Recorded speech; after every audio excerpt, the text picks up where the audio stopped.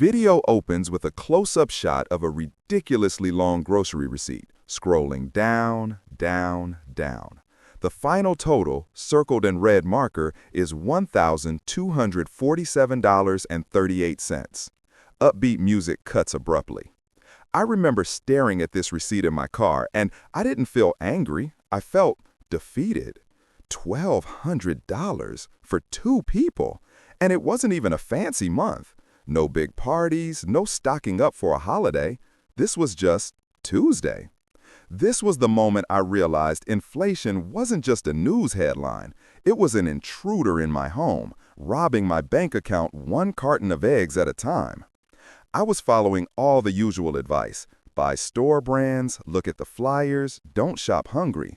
But it felt like using a paper cup to bail out a sinking ship. That day, I made a decision. I wasn't going to just save a little money. I was going to declare war on my grocery bill. My mission, to cut it by $500 a month. Not by eating instant noodles and saltines, but by creating a system so effective, so strategic, that I could beat inflation at its own game while eating better, more delicious food than ever before. And in this video, I'm not just going to give you a few tips. I'm going to give you the entire playbook. This is the Inflation-Proof Grocery Challenge. Before we dive into the how, we need to talk about the why. Why does the standard advice fail? It's because we've been taught to play defense. We react. The flyer says chicken is on sale, so we buy chicken. We clip a coupon for a brand of yogurt we don't normally buy. We wander the aisles, making decisions based on packaging and impulse. This is what the supermarkets want. They are masters of psychology, designed to make you spend more. The old way is a scattered, reactive tactic. The new way, the inflation-proof system, is a proactive strategy. It's about having a plan before you even think about stepping into a store. It's built on 5 core pillars, and when you combine them, the savings don't just add up, they compound. These pillars are: 1. The strategic meal blueprint. 2. The multi-store assault. 3. The zero-waste kitchen. 4. Digital deal dominance. And 5. Cooking from scratch. Forget everything you think you know about grocery shopping. We're going from being a pawn in the supermarket's game to being the grand master. Let's start with the foundation of it all. Pillar 1. Pillar 1 is the strategic meal blueprint, and this is so much more than just meal planning. Typical meal planning is flawed. You decide you want to make lasagna on Wednesday, so you go to the store and buy lasagna noodles, ricotta cheese, and ground beef, regardless of the price. The strategic meal blueprint flips this on its head. We call it reverse meal planning. It starts not with what you want to eat, but with 2 simple questions. What is on deep discount this week? And what do I already have in my pantry, fridge, and freezer? You become a master of your own inventory. Here's how it works in practice. On Sunday morning, I grab my coffee and I pull up the digital flyers for my local stores. I'm not just looking for deals, I'm looking for loss leaders. The items stores sell at a loss just to get you in the door. This week, chicken thighs are 99 cents a pound. Boom, that's my core protein. Broccoli is on sale for $1.29. That's my primary vegetable. Sweet potatoes are at their seasonal low. I now have the core of my week's meals before I've even made a list. Next, I shop my own house. I open my pantry. I see I have a bag of quinoa, half a box of pasta, and a can of black beans. In the freezer, I have some frozen corn and a bag of shrimp from a previous sale. Now, the puzzle pieces start coming together. But here's the next level of this pillar: component cooking. Instead of planning rigid meals like chicken and broccoli stir-fry on Tuesday, I cook components in bulk. On Sunday afternoon, I'll spend about 90 minutes prepping. I'll bake all those chicken thighs and shred the meat. I'll roast all the broccoli and sweet potatoes. I'll cook a big batch of quinoa. I'll make a versatile vinaigrette and maybe a yogurt dill sauce. Now I have a fridge full of delicious, ready-to-go components. And throughout the week, I assemble them into different meals. Monday, it's a quinoa bowl with chicken, roasted veggies, and vinaigrette. Tuesday, I mix the chicken with some barbecue sauce for pulled chicken sandwiches and have the sweet potatoes as a side. Wednesday, I'll use the last of the chicken and the black beans from the pantry to make quick chicken tacos. Thursday, I might toss the shrimp from the freezer with the remaining roasted broccoli and pasta. I've created 5 completely different meals from one initial prep session, based entirely on sale items and existing inventory. This eliminates decision fatigue, saves a massive amount of time on weeknights, and, most importantly, ensures that almost nothing I buy goes to waste because I have a plan for every single ingredient. Finally, to address the boring food problem, we introduce the flavor matrix. The secret to making cheap ingredients taste expensive is flavor. Your spice cabinet is your greatest weapon. You need to have what I call a flavor arsenal. Good quality olive oil, a variety of vinegars, balsamic, apple cider, soy sauce, hot sauce, mustard, and a solid collection of dried herbs and spices. A plain chicken thigh is boring, but a chicken thigh with smoked paprika, garlic powder, and a squeeze of lime is incredible. That roasted broccoli? One night, toss it with lemon juice and Parmesan. The next, toss it with soy sauce and sesame oil. The ingredients are the same, but the experience is totally different. The flavor matrix is how you ensure that frugal eating is also joyful eating. You invest once in building your arsenal, and it pays dividends in flavor for months, allowing you to turn the humblest sale-priced ingredients into 5-star meals. This pillar alone can easily save you $150 a month just by shifting your perspective from reactive consumer to proactive chef. Pillar 2 is the multi-store assault. The biggest lie we've been sold is the convenience of the one-stop shop. That single massive supermarket is a money-sucking vortex. You might get a good deal on milk, but you'll overpay for spices, produce, and meat. To truly win, you must assemble your store arsenal and understand the specific mission for each store. For most people, this arsenal consists of 3, sometimes 4 key players. First, you have the bulk warehouse. Think Costco, Sam's Club, or BJ's. Their mission is simple: high-quality staples that you use frequently where the unit price offers a massive saving. But this is a minefield. You do not go here for your weekly groceries. You go here on a targeted monthly or bi-monthly mission with a brutally specific list. My non-negotiable bulk warehouse list includes items like olive oil, coffee beans, nuts, paper towels, rice, quinoa, and certain frozen goods like fish and berries. I also buy my meat here. The price per pound for chicken breast or ground beef is often 30–40% cheaper than the regular supermarket. I buy a large pack, take it home, and immediately portion it into freezer bags for the month. The key is to calculate the unit price. The big box isn't always cheaper.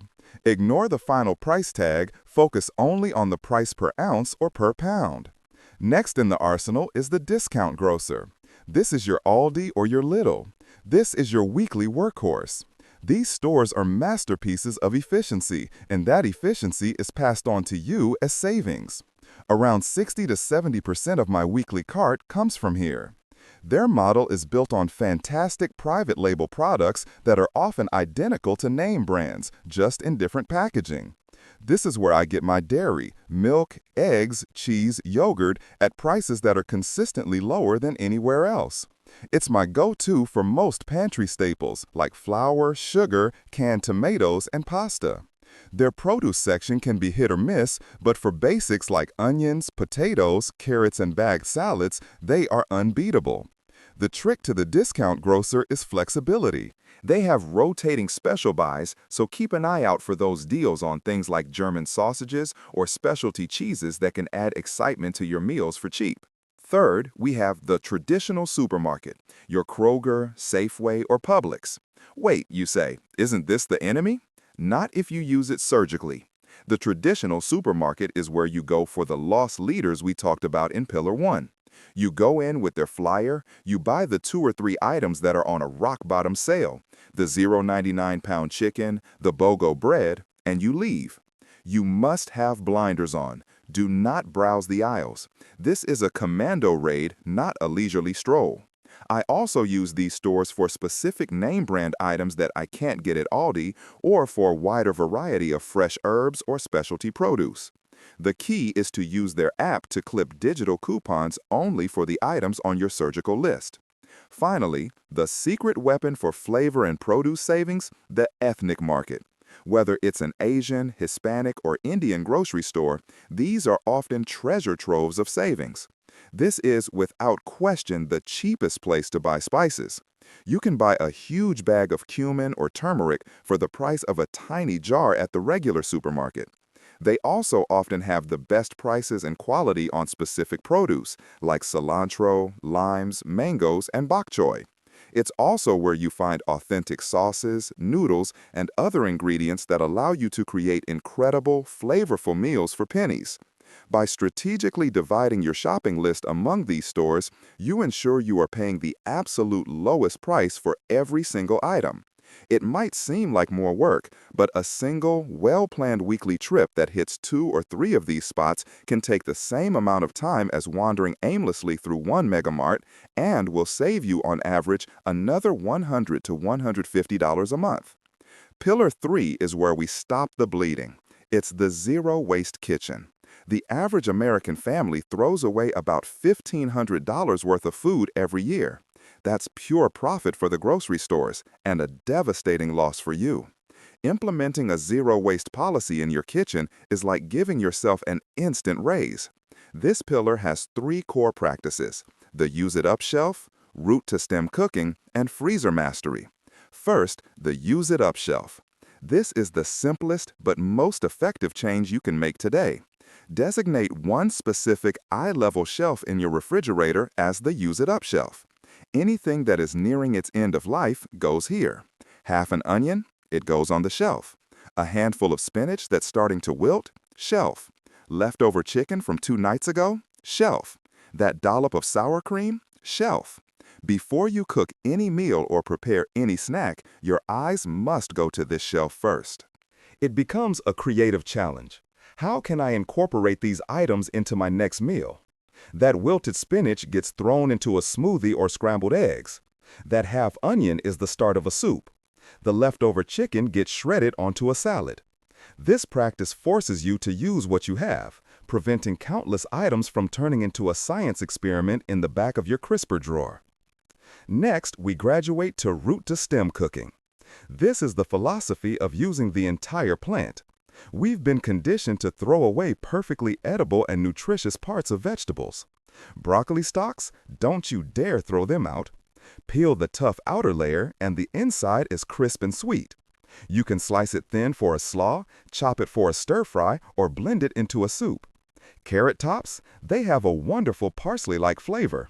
Blend them with garlic, nuts, Parmesan, and olive oil to make a delicious and free pesto. Stale bread? It's not trash, it's future croutons, breadcrumbs, or the base for a panzanella salad or bread pudding. And the ultimate zero-waste hack? The freezer scrap bag. Keep a large freezer bag labeled veggie scraps. Into this bag go all your onion peels, carrot ends, celery bottoms, mushroom stems, and herb stalks. Once the bag is full, dump it in a pot, cover it with water, add a bay leaf, and simmer for a few hours. Strain it and you have a rich, flavorful, and completely free vegetable broth that is 1,000 times better than the salty water they sell in cartons at the store. You can do the same with a chicken carcass to make chicken stock. This isn't just about saving money, it's about respecting the food you buy and maximizing its value. Finally, we achieve freezer mastery. Your freezer is not a food graveyard, it is a time machine for your finances. It's your personal grocery store where everything is already paid for. You need to learn how to use it properly. When you see bananas getting too brown, peel them, chop them, and freeze them on a baking sheet before transferring them to a bag. They're perfect for smoothies. Got a bunch of fresh herbs that are about to go bad? Chop them up, put them in an ice cube tray, cover with olive oil, and freeze. You'll have perfect single-serving portions of herbs ready to drop into a pan. You can freeze milk, shredded cheese, and bread. When you make a big batch of chili or soup, portion it into single-serving containers and freeze them. These become your emergency meals, saving you from expensive takeout on busy nights. Properly wrapping meat in plastic wrap and then foil or freezer bag prevents freezer burn, protecting your investment. By mastering these 3 zero-waste practices, you are effectively plugging the holes in your grocery budget, easily saving another $100 a month just by using what you've already bought. Welcome to Pillar 4, Digital Deal Dominance. The age of sitting at your kitchen table with scissors and a pile of newspapers is over. The new frontier of savings is in your pocket. But just like a supermarket, the digital world is designed to be distracting. We're going to focus on a powerful 3-part strategy: the app stack, digital circular decoding, and smart credit. First and most powerful is the app stack. This is the method of layering multiple digital discounts on a single item or shopping trip. It's how you turn a small discount into a massive one. Your stack has 3 layers. Layer 1 is the store's own app. Kroger, Safeway, Target with Target Circle, they all have one. Before you shop, you go through their app and clip the digital coupons for items on your list. This is your base layer of savings. Layer 2 is the rebate app. These are apps like Ibotta, Checkout 51, or Fetch Rewards. After you shop, you scan your receipt into these apps and they give you cash back for specific items you purchased. The key is to check these apps before you shop to see what offers are available and match them to your shopping list and the store's digital coupons. Fetch Rewards is the easiest to start with as it gives you points for any receipt, regardless of what you bought. Layer 3 is the automatic savings app, like Rakuten, which can sometimes offer in-store cash back at certain retailers. Let me give you a real-world example of the app stack in action. Let's say a box of my favorite cereal is normally $5. The store app has a digital coupon for $1 off. That's layer 1. I check Ibotta and they have a rebate offer for 75 cents cash back on that same cereal. That's layer 2. So I buy the cereal. At the register, the store coupon brings the price down to $4. I pay, and then I scan my receipt into Ibotta and they put 75 cents into my account. My final cost for the $5 cereal is now $3.25. I just saved 35% by spending 2 minutes on my phone. Now imagine doing that across multiple items on your trip. It adds up incredibly fast. Next is digital circular decoding. We talked about loss leaders, but you also need to learn to spot fake deals. A big yellow sale tag doesn't always mean it's a good price. You must know your baseline prices for the items you buy most often. Keep a simple note on your phone. If you know you normally buy a can of beans for 89 cents at Aldi, you'll know that the sale $1.25 at the traditional supermarket is a complete farce. Also, pay attention to buy one, get one free versus buy one, get one 50% off. The former is a 50% discount per item. The latter is only a 25% discount. Be wary of 10 for $10 sales unless the fine print says 1 for $1. Often, you don't need to buy all 10 to get the sale price. Finally, there's smart credit. This is a simple but crucial final step. Use a credit card that offers high cash back rates on groceries. Many cards offer 3%, 4%, or even up to 6% cash back on supermarket purchases. If you're spending $700 a month on groceries, 5% cash back is an extra $35 back in your pocket for doing absolutely nothing different. The crucial rule here is that you must pay off the balance in full every single month. If you carry a balance, the interest charges will wipe out any cash back you earned. This is an accelerator, not a core strategy, but it's the easiest $30 to $40 you'll make every month. By mastering the digital landscape, you can consistently shave an additional 10 to 20% off your bill, adding another $75 to $100 to your monthly savings. Pillar 5 is the final boss, the ultimate savings multiplier: cooking from scratch. Now, don't be intimidated. This is not about becoming a gourmet chef overnight. It's about identifying the most overpriced convenience items at the grocery store and replacing them with simple, delicious, and dirt-cheap homemade versions. You are paying a massive premium for someone else to do very simple work. Let's break down the math on 3 common items to see the staggering difference. First, salad dressing. A bottle of decent vinaigrette can cost anywhere from $3 to $5.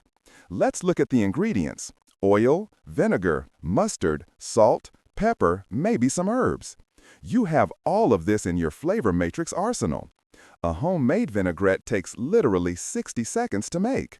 You put 3 parts olive oil, 1 part vinegar, a spoonful of mustard, and a pinch of salt and pepper in a jar. Shake it. You're done. The cost to make that same amount of dressing at home? About 50 cents. That's a 90% savings, and it tastes infinitely better without all the preservatives and sugar. Make a new jar every week. It's one of the easiest and most impactful swaps you can make. Second, chicken or vegetable stock. We touched on this in the zero waste pillar, but the financial impact is worth repeating. A 32-ounce carton of stock costs about $2.50 to $4. It's mostly salty water. As we discussed, you can make gallons of rich, flavorful, and nutrient-dense stock for free using a chicken carcass or vegetable scraps you were going to throw away. If your family eats 1 roast chicken a week, you can produce all the stock you need for soups, stews, and sauces for the entire month for 0 additional cost. That's a savings of $10 to $15 right there. Third, and this is the one that scares people, is bread. A loaf of good, hearty artisan bread can be $5 or $6. A basic loaf of sandwich bread is $3. But what are the ingredients? Flour, water, salt, yeast. A 5-pound bag of flour costs about $3 and can make at least 5 loaves of bread. That's 60 cents a loaf. And you don't need to be a master baker. Search for no-knead bread recipes. You literally stir 4 ingredients together in a bowl, let it sit overnight, and then bake it in a pot. The effort is minimal, maybe 10 minutes of active time. The result is a crackly, delicious loaf of bread that will rival anything from a bakery. The smell alone will make your home feel like $1,000,000. And you just saved yourself over $20 a month if you're a 1 loaf a week family. Cooking from scratch isn't about everything. I'm not telling you to make your own puff pastry. It's about strategic swaps. Look at the items you buy often that come in a box, bag, or bottle. Ask yourself, could I make this? Things like granola, hummus, croutons, and tomato sauce are all incredibly simple and cheap to make at home. By tackling just a few of these high-margin convenience items, you can unlock the final layer of savings, easily adding another $50 or $75 to your monthly war chest. So, after 1 month of rigorously applying these 5 pillars, what happened? Let's go back to that first receipt, $1,247.38. It was a monster. I tracked every single penny I spent on food for the next 30 days. My trips to the bulk warehouse, my weekly Aldi runs, my surgical strikes on the traditional supermarket. The final total? Show a new, much shorter receipt with a final total of $731.14. $731.14. That is a total savings of $516.24 in 1 month. We didn't just meet the goal, we beat it. And the best part? Look at this. Show a montage of delicious-looking meals, a vibrant quinoa bowl, a hearty soup, a perfectly roasted chicken, a fresh salad. We ate like royalty. There was no deprivation. There was no sad, boring food. There was just strategy. This system works. The strategic meal blueprint stopped me from buying things I didn't need. The multi-store assault ensured I paid the lowest price for everything I did need. The zero-waste kitchen stopped me from throwing away my own money. Digital deal dominance stacked my savings even higher, and cooking from scratch replaced overpriced convenience with homemade quality. Now it's your turn. I'm officially challenging you to take the inflation-proof grocery challenge. You don't have to do it all at once. Pick just one of these pillars. Just one. For the next month, either master reverse meal planning or commit to a zero-waste kitchen. And then come back here and tell me how much you saved. Let's fill the comments with victories. Let's prove that we are not powerless against rising prices.